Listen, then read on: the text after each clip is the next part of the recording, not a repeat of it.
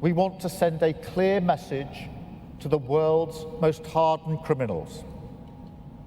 There is no safe haven. There is no place that you can hide from justice. Together, we've got the whole world covered. And together, we will defeat you.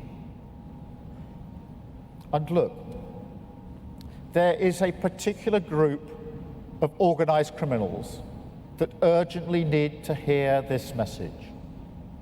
The vile people smugglers, who think that human life can be trafficked, that borders can be ignored, and that desperation, misery, and hope, they prey on that too, are all emotions that are ripe for exploitation.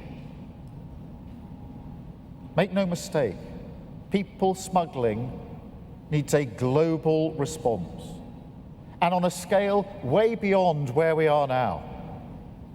We need to unlock the power of that cooperation across borders, agencies, continents even.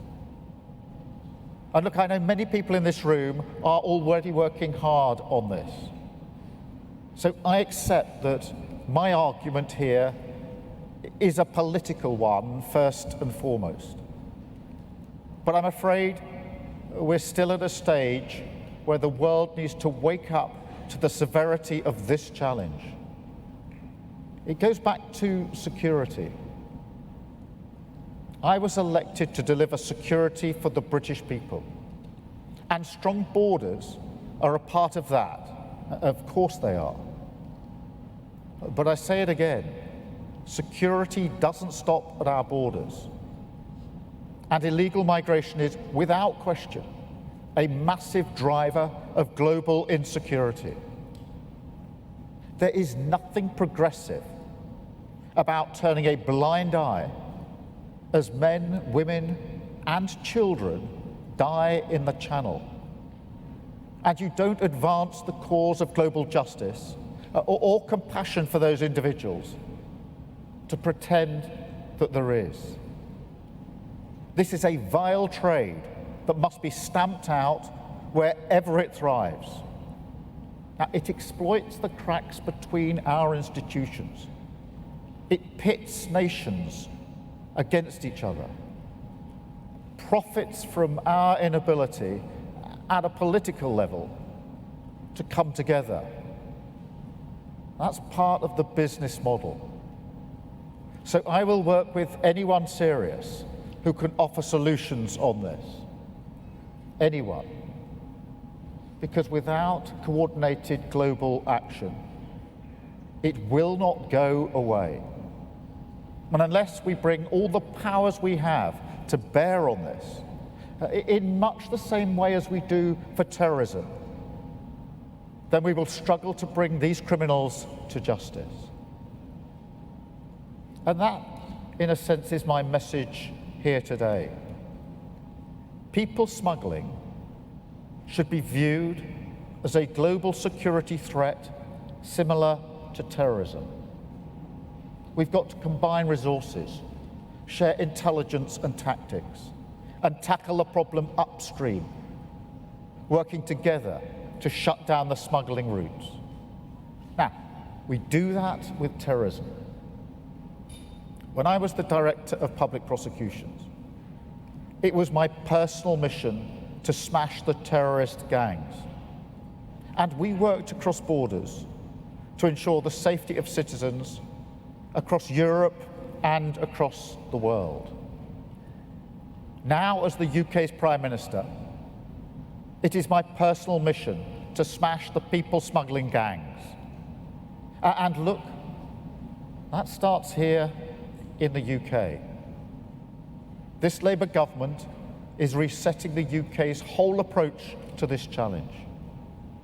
No more gimmicks, no more gesture politics, no more irresponsible, undeliverable promises that almost by design seek conflict with other countries. We've turned the page on all of that because such promises are not worth the paper that they're written on. all they do is waste taxpayer money, destroy people's trust in politics as a force for good. Instead, we are approaching this issue with humanity and with profound respect for international law. We will never withdraw from the European Convention on Human Rights. Indeed, we're proud of the role the UK played in creating that convention. Respecting international treaties also makes international cooperation easier because it shows that the UK is a reliable partner. So our approach is different. As I say, we're going to treat people smugglers like terrorists. So we're taking our approach to counter-terrorism, which we know works, and applying it to the gangs with our new Border Security Command.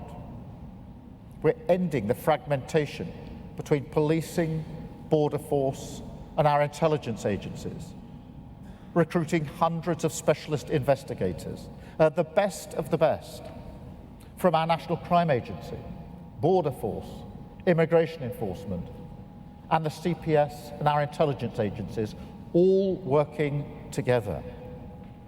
We're making border protection an elite border force. And not just within our country. We're also working together with international partners, sharing intelligence and tactics.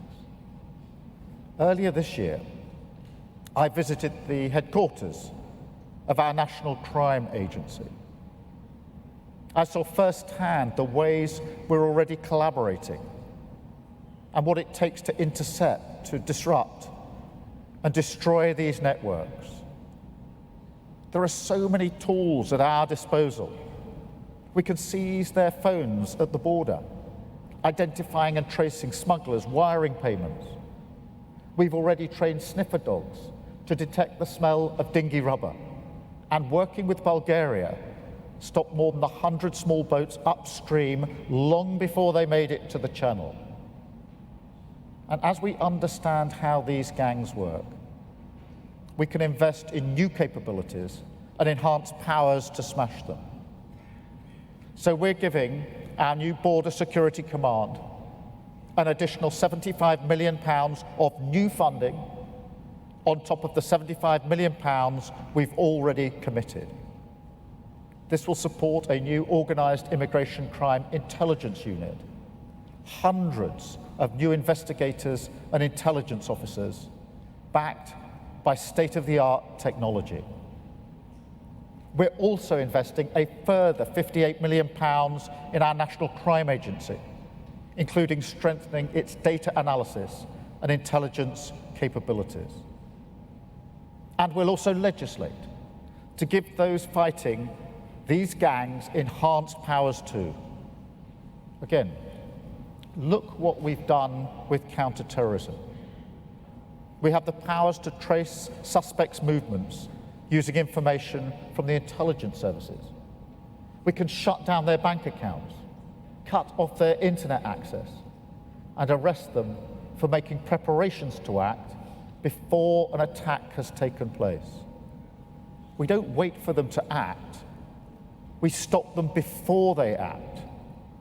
And we need to stop people smuggling gangs before they act too. Now, as with any crime, smuggling does not operate in an institutional vacuum. So we also need to rebuild our broken asylum system, process claims swiftly and humanely. That will make law enforcement's job much easier. So we're putting hundreds of additional people into asylum casework.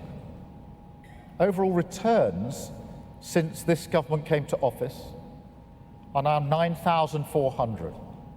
That's up almost 6,000 since the end of August. Enforced returns are up almost a fifth on the same period last year. And returns of foreign national offenders are up 14%. But look, the only way to defeat this vile trade and save lives is to stop people being smuggled here in the first place. And that means doing everything possible to deepen our cross-border cooperation. So international agreements matter. We have to use every tool that we have, operational, diplomatic, political, to join up our response. President Macron and I have already agreed to increase intelligence sharing and do more to dismantle smuggling routes further upstream. This is also a priority for the bilateral cooperation treaty we are working on with Germany. We're also working with Italy to dismantle the supply chains of maritime equipment, combat illicit financial flows, and strengthen our investigation capabilities and our data sharing. And as part of the UK's wider reset with the European Union, we are seeking a new security pact, including restoring access to real-time intelligence sharing networks. And at the European political community this Thursday in Hungary, I'll be putting this issue at the top of the international agenda once again. But we need your help also. This is the General Assembly of the world's security experts. It's your cooperation across borders that save lives time and again. It's your collective efforts that bring organised criminals to justice wherever they seek to hide. And it's your leadership today that can help make a decisive breakthrough against this vile trade in human life. Because if together we can win this war against the people smugglers, then this gathering will have achieved a victory for humanity, every bit as significant as the Glasgow Climate Pact. Because you will have helped to smash the gangs, secure our borders, and save countless lives. And it's with that hope and in that spirit that I declare the 92nd General Assembly open. Thank you so much. Thank you.